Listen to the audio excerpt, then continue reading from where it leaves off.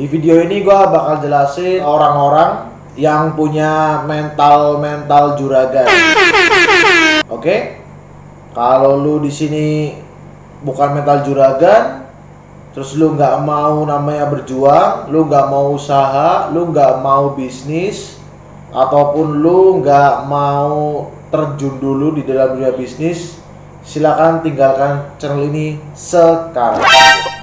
Karena ini channel nggak cocok untuk Anda. Kalau lu tadi lihat thumbnail gua seputar tentang auto dengan jadi juragan, kalian tonton video ini sampai akhir.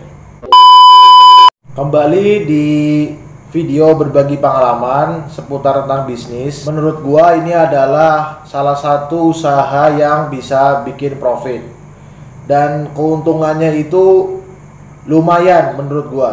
Jadi kalau misalkan lu yang dibekalkan dengan uang, walaupun itu nggak terlalu banyak, lu punya uang di bawah 5 juta, lu bisa mempraktekkan hal-hal ini. Gua sering nyoba hal-hal begini ketika gua masih baru-barunya lulus SMA.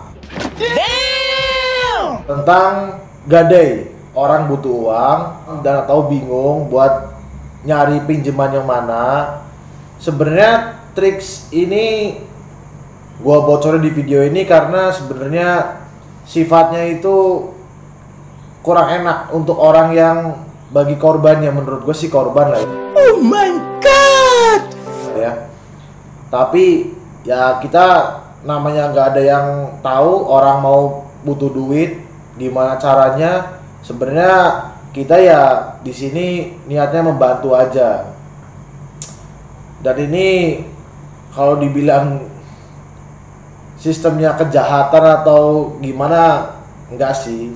Cuma emang ini seni lah, seni dalam kehidupan di jalan. Asia.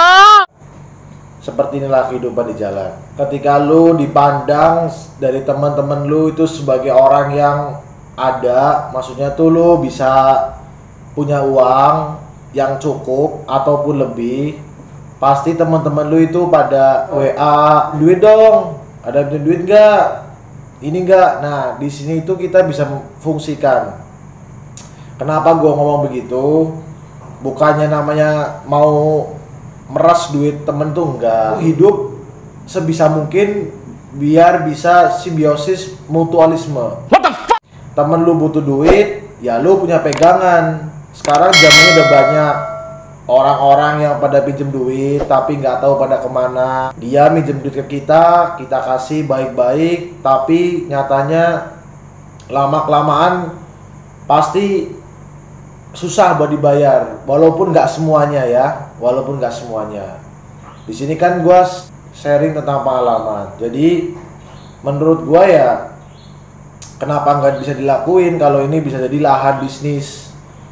Ataupun kalau lu mau niat dengan usaha ini, ya nggak apa-apa, selagi masih aman. Dalam arti kata aman itu jangan sampai melanggar hukum. Mungkin banyak orang yang tahu tentang sistem pegadaian. Kalau lu pengen pinjam uang ke tempat pegadaian dengan jaminan emas, laptop, terus apalagi motor, mobil. Kalau motor mobil sih menurut gue itu cuma sertifikatnya ya, atau BPKB-nya ya. BPKB yang dimasukin ke pegadaian, habis itu motor masih bisa kita pakai. Cuma sistem ini yang gue pakai, yaitu sistem gade tapi dengan suatu perjanjian.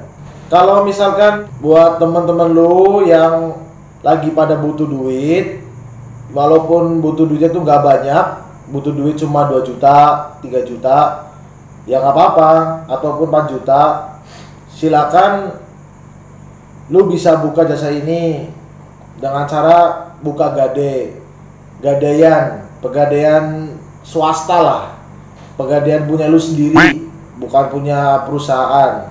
Di sini tuh gua ada contoh surat.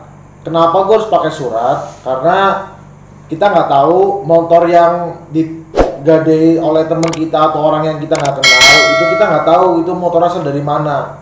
Walaupun atas nama sendiri yang pinjam, itu kita nggak tahu.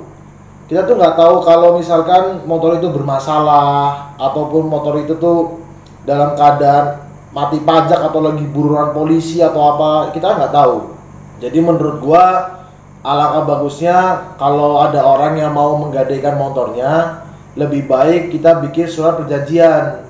Tapi di surat perjanjian itu jangan sampai ada yang namanya tulisan tentang pegadaian. Kenapa? Kok nggak boleh ada tulisan pegadaian? Kan judulnya kan gua gadein motor, gua utang duit, gua pinjam duit ke teman gua atau gua pinjam duit ke orang, tapi dengan jaminan motor, kan namanya digade. Ya bener.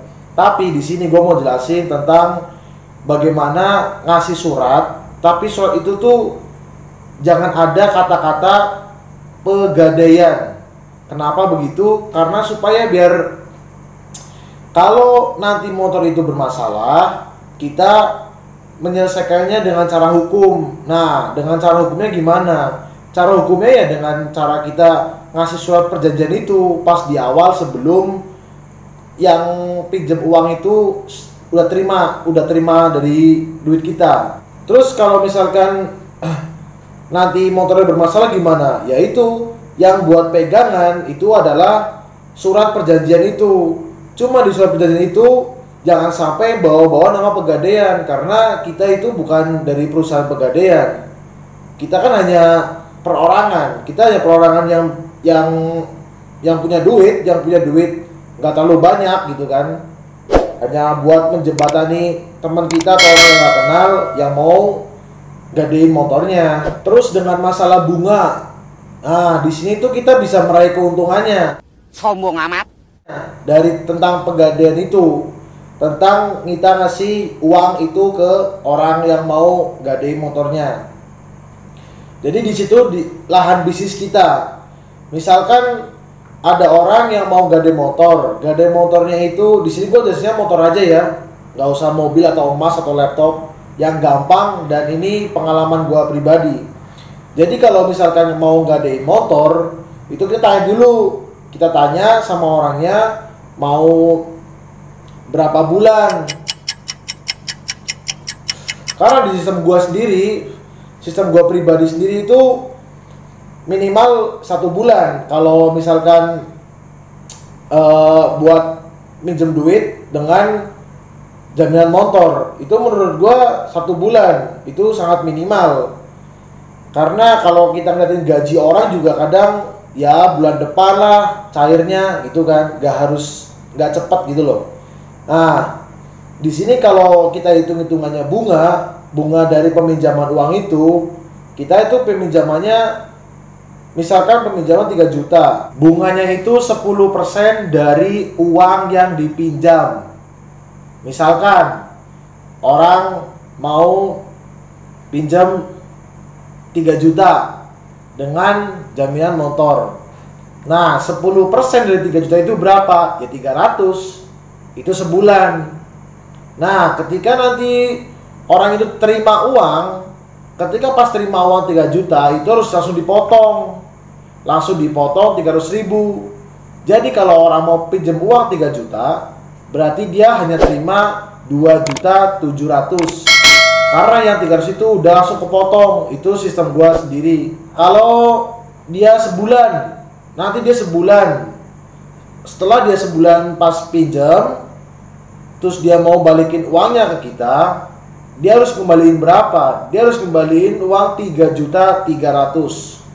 Karena itu 10%-nya. Belum kalau misalkan mau pinjam duit itu misalkan orang lain, tapi lewat teman kita. Nah, teman kita itu kan sebagai calo. Dia juga kan misalkan, "Weh, lu mau pinjam duit? Udah, gadein aja motornya sama Aldi tuh temen gua." Nah, kalau misalnya gua punya temen gua bawa orang buat nyerahin motor itu, buat minjem duit, buat gadein motornya. Ya udah, paling enggak nanti kan uang 3 juta itu dipotong 300 itu dikasih ke calo. Paling begitu kalau gua. Atau enggak paling kita ngasih ke calonya 200. Ya 5%-an lah, 5% dari 3 juta itulah. Kalaupun nanti dia pinjam 3 juta, dipotong 10%-nya kan 300. Nanti kalau pas orang yang mau pinjam uang itu terima 2,7, 2.700.000, kan sisanya masih 300 kalau itu 3 juta. Nah, yang 300 itu terserah lu lah mau bagaimana. Kalau misalkan itu orang dibawa calo, ada teman kita yang bawain, ya udah kita kasih ke teman kita aja. Terserah mau kasih semuanya atau kasih 200. Yang penting main begini jangan sampai teman kita nggak dapat apa-apa, apalagi cuma dapat uang rokok. Itu menurut gua kurang bagus. Lu harus belajar lagi tentang leadership kalau lu masih begitu. Jangan terlalu pelit makan uang-uang begitu, nggak bagus. Kita semuanya harus kerja, kita semuanya harus bisnis, kita semuanya harus dapat hak-hak kita. Kalau mau terjun di jalan, jangan setengah-setengah, jangan pelit. Apalagi lihat anak buah, punya teman, jangan sampai pelit, jangan sampai perhitungan. Itu bakal jadi seret, itu bakal jadi susah di bisnis kita kalau kita punya sifat begitu.